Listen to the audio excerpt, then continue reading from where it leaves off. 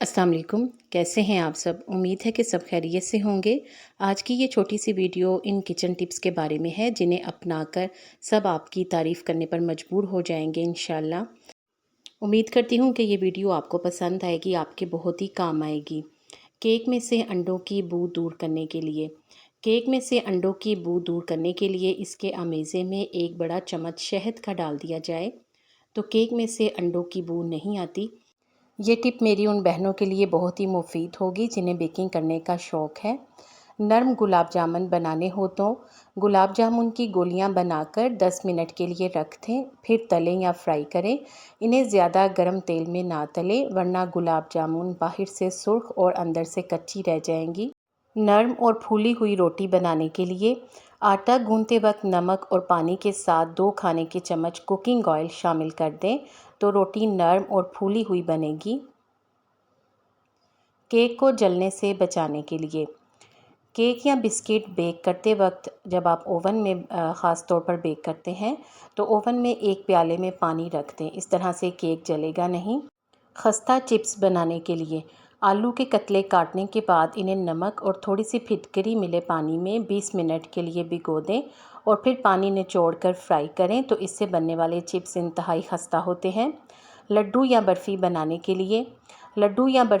के लिए आटे को पहले से गर्म ओवन में भून लें या फिर इसको तवे पर भून लें। इससे मज़े में इजाफ़ा होगा और घी का खर्च भी कम हो जाएगा।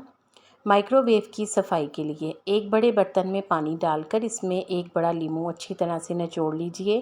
फिर इसी पानी में निचोड़े हुए लीमू के छिलकों को भी शामिल कर लीजिए। अब इस बर्तन को अपने माइक्रोवेव में 5 मिनट के लिए रख दीजिए।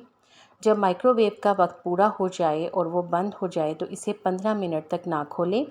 माइक्रोवेव में लीमू और पानी की भाप अंदर लगे दाग और चिकनाहट को निकाल देगी और इस तरह से इसकी सफाई करना आसान होगा। 15 मिनट बाद किसी कपड़े से माइक्रोवेव के अंदर के हिस्से को साफ़ करें।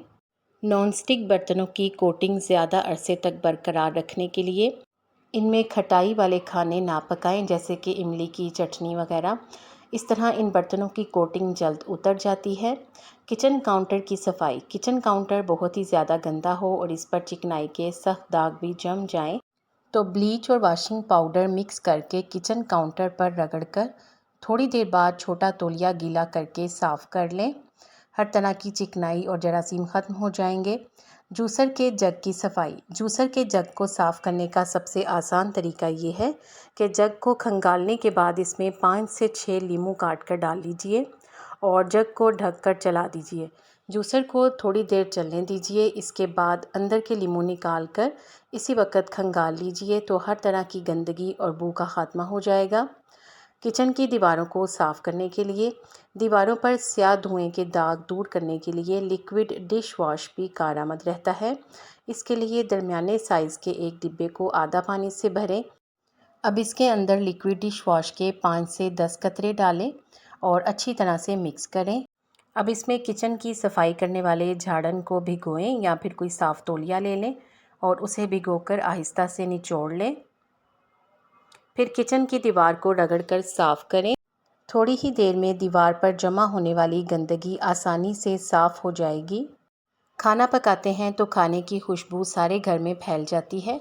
अगर आप ये चाहते हैं कि खाना पकाने के दौरान खाने की खुशबू सिर्फ किचन तक ही रहे तो एक मोमबत्ती को जलाकर चूल्हे के करीब रख दें तो खाने की खुशबू सिर्फ किचन तक ही महदूद रहेगी। लीमू पर नमक लगाकर इससे चिकनाहट वाले बर्तनों को साफ़ करें। इस तरह चिकनाहट दूर होगी। सब्जियों को तलने के बाद अगर इनमें तेल ज़्यादा हो जाए तो इनमें बेसन डालने से तेल खुश्क हो जाएगा। ज़र्दा पकाते वक्त दम पर रखने से पहले इसमें 1 खाने का चम्मच घी भी शामिल कर दें, देसी घी भी शामिल कर दें तो इस अमल से पकने वाले चावल मज़ेदार होंगे। लौकी या आलू छीलकर जिस पानी में भिगोएं इसमें थोड़ा लीमू निचोड़ दें तो आलू काले नहीं होंगे। केले को ताज़ा रखने के लिए इनके सिरों पर प्लास्टिक शीट चढ़ा दें। इस तरह केले ताज़ा रहेंगे। बरसात के मौसम में नमक में सीलन हो जाती है। नमक से सीलन होने से बचाने के लिए चंद चावल के दाने नमक के डिब्बे में डालकर रखें। कच्चा प्याज खाने से मुंह से बदबू आने लगती है। इसे दूर करने के लिए थोड़ा सा लीमू चूस लें तो बू आना बंद हो जाएगी। जली हुई देगची में एक कटी हुई प्याज डालकर ऊपर से खौलता हुआ पानी डाल दें। 5 मिनट बाद बर्तन धोने वाले किसी पाउडर या साबुन से साफ़ कर लें तो देगची चमक जाएगी। फ्राई प्याज को क्रिस्पी करने के लिए प्याज को बारीक काट कर कॉर्नफ्लावर लगाकर फ्राई करें तो प्याज क्रिस्पी फ्राई होंगे।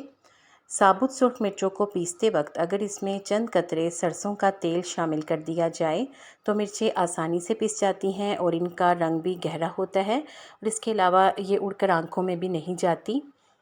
अगर बिरयानी के चावल नीचे से लग जाते हैं तो इन्हें लगने से बचाने के लिए देगची की तली में तेल और दही की तह लगा दें और फिर ऊपर से चावल डालें तो चावल नीचे नहीं लगेंगे। अगर पुलाव या बिरयानी जल जाए तो इसमें से जले की बू दूर करने के लिए आप कौन सी टिप इस्तेमाल कर सकते हैं। इसके लिए सबसे पहले तो आप ये करें कि चूल्हा बंद कर दें, फिर एक प्याज लेकर इसको 4 हिस्सों में काट लें, लेकिन प्याज के छिलके उतारने नहीं हैं। फिर इस कटे हुए प्याज को चावलों के दरमियान रख दें और 10 मिनट के लिए ढक्कन देकर छोड़ दें। इसके बाद प्याज को निकाल लें। इस अमल से पुलाव या बिरयानी में जले की बू नहीं आएगी। अक्सर रात के चावल बच जाते हैं लेकिन जब अगले दिन गर्म करो तो वो बात नहीं होती जो ताज़ा चावलों में होती है। चावलों को फिर से ताज़ा करने के लिए मैं आपके साथ एक ऐसा टोटका शेयर करूंगी जिससे लगेगा कि चावल अभी बने हैं। चावलों को फिर से ताज़ा करने के लिए पानी को गर्म कर लें और बचे हुए चावलों में से गर्म पानी गुजार कर चावलों को छान लें। चावलों को छानकर देगची में डालें और 1 से 2 मिनट के लिए दम पर रख दें। आपके ताज़ा चावल तैयार हैं। आपको इन टिप्स में से कौन सी अच्छी लगी है कमेंट सेक्शन में ज़रूर बताया करें। वीडियो को लाइक करके शेयर ज़रूर करें और मुझे उम्मीद है कि आपने चैनल को सब्सक्राइब कर दिया होगा। अगर अभी तक नहीं किया तो जल्दी से सब्सक्राइब करके बेल आइकॉन ज़रूर प्रेस कर दें ताकि आपको इस तरह की वीडियो सबसे पहले मिले। आप सबका शुक्रिया।